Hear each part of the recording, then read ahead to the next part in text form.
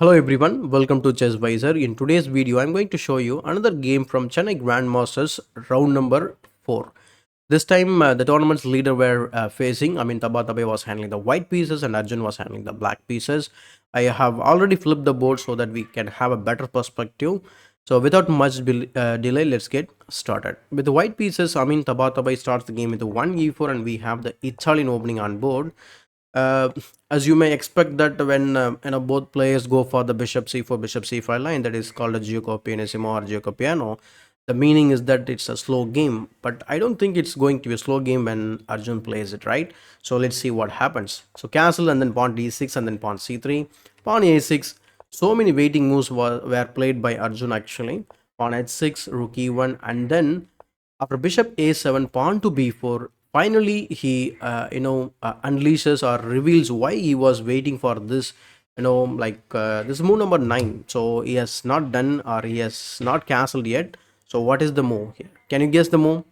So the move is pawn to g5. So he already starts the attack while his king is in the center. So can you guess what is white's response here? He just plays bishop e3, trying to neutralize the strongest bishop sitting on a7 square. Instead of that, if you think about playing this position with a principle in your mind, that is pawn to d4, opening up the center when your opponent is countering on the wing, right? So this is not going to do that much. You can play knight h4 or even pawn to b5, countering the queen side knight as well. So this is going to be equal only. But in the game, what happened? He knows that the attack is coming on the king side. So the best way to neutralize them is to neutralize that is to take down one of the or exchange the one available on board. So that's why he plays this bishop e3. So Arjun erigaisi simply takes the bishop on e3, and you may expect white to take with the pawn, right? So f takes e3 is a very interesting move. That is why it is very interesting move, because after pawn to g4, then you have this rook f1. This is totally unbelievable sequence you should see, because after gf3 queen f3, then there is a problem on f7. So there is no defense available for black to guard the knight. Once the knight moves, there is mate, so you automatically gain the piece with much better position. So in the game, what happened? Amin Tabatabaei took the bishop with the rook, paving the way for the knight when it's kicked by pawn to g4, knight e1, and then pawn to h5 guards the pawn. Otherwise, if he wants to make things little spicy, you can try this move pawn to d5. So say for example d5 and then e takes d5, knight takes d5, bishop into d5, queen into d5, queen e2, and then black can castle. This is also a very risky position for Arjun. I think this kind of position, I think this is what he wants to have, the risky position, and on what do you say, a very imbalanced position, so that he can work on the imbalance to create the winning chances. But in the game, what happened? He plays pawn to h5, guarding or overprotecting the pawn, and not only that, he is going to push the pawn further. Pawn to d4, pawn to h4, and now bishop to e2, retreating the bishop back to the defense, I guess. And going back in this position, knight b d2 or knight a2 are the moves. So, but in the game, what happened? He plays bishop e2, queen e7. This is very interesting move. So after seeing the queen remaneuvering, you're going to really appreciate this idea. You may also want to use the same idea in your game. So queen e7 and then pawn to d5, the knight is kicked back, knight to d2, queen f8, and then knight f1. After this knight f1, Arjun plays this final remaneuvering with the queen h6. Now he wants to open up the h file and deliver mate. So let's see what happens. So pawn to c4.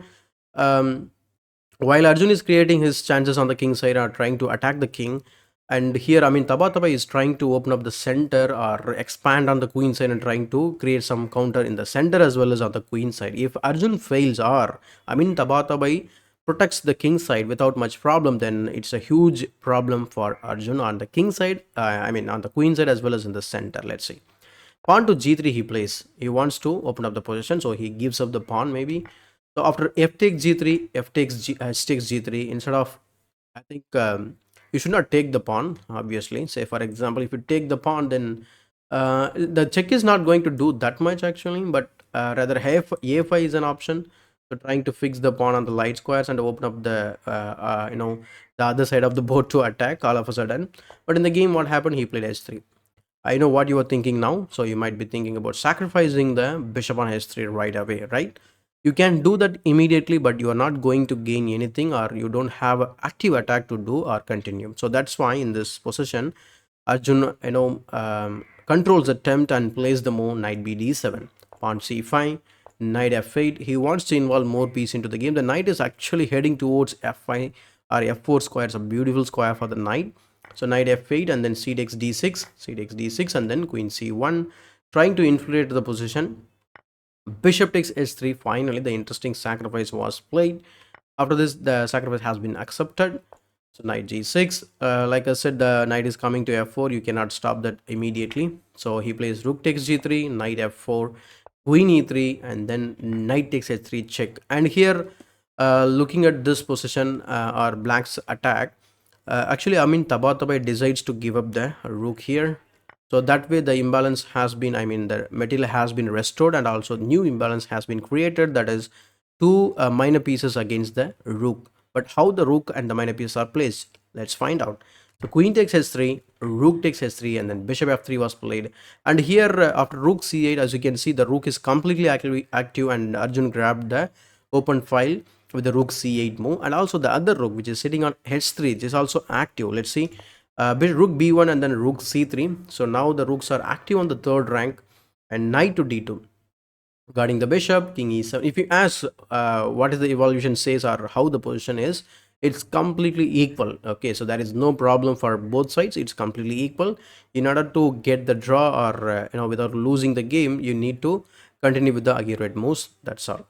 So a5. So now he plays a5. His future idea may be to push forward with the b pawn and try to open up the b file so that the rook can see the world one day. And also, sometimes if the rook is activated, it is very much possible that the white will be able to take down the a6, and he can create a pass pawn for himself. Let's see, it would happen. Actually, it will happen in the game. So a5, knight to d7 was played, and in this position, knight to h5, knight f4 is also an idea. But in the game, what happened, he plays knight to d7, and then king f2. So king f2, and then the knight is actually looking to go to f4 via knight f8, pawn b5, knight g6. The pawn move, it doesn't care.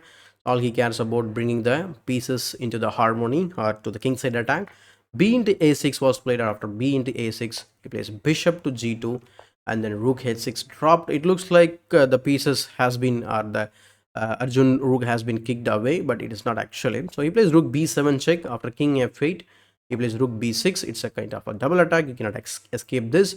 Now comes the idea behind the rook move. Now the d6 is a very important pawn, because if you lose the d6 pawn, it's very difficult for you to even draw the game because of this connected pass pawn available, and it is just 3 moves away from queening. If you ask, this is the same case with the a pawn, right? But I would say always the center pawn is always stronger than the wing pawn, but in some cases outside passer is always stronger than the center pawn as well. So rook takes a6 and then rook a3 going behind the pass pawn. That is the principal move. So rook a8 check, and then king g7, and then a6 was played. And in this position, they could try the other move, that is knight e f3, to defend the knight further, because the rook will go to a2 at any moment to create a pin and cause some problem for the knight. So that is why this prophylactic move is very, very important. But in the game, what happened, and also in some cases, going back, I want to highlight that part as well. So knight e f3, very interesting move. In some cases, the knight can sacrifice itself on e5, and once you take, the pass pawn runs down. So that is the powerful idea actually. So a6, and then rook a2, pinning down the knight. So far everything was good actually. So far the game is equal, and even the time control was reached. This is the move number 41. So rook a2 was played, and here knight f3 was played to defend the knight which is pinned. Pawn to f5. So idea is very simple. If you take the pawn, then the e pawn runs down, and trying to remove the guard and then win the piece. So this is where actually Amin Tabatabaei went wrong. So he played rook a7 check. This is not the blunder or the mistake. After king f8, he played again rook a8 check. He would be expecting the draw or the repetition from Arjun, right? After king g7, he gave the same check, but this time Arjun simply played a different move, that is king f6, and now he plays rook d7. Rook d7 was the move, or that is the correct move he should have played, but in the game, unfortunately, he blundered by playing bishop f1. Why is this blunder? Because very simple move. You could have already spotted it, which I mean Tabatabai missed in his game. So let's see. F takes e4. The problem is after bishop c4, the rook can maintain its spin on the second rank by playing rook c2.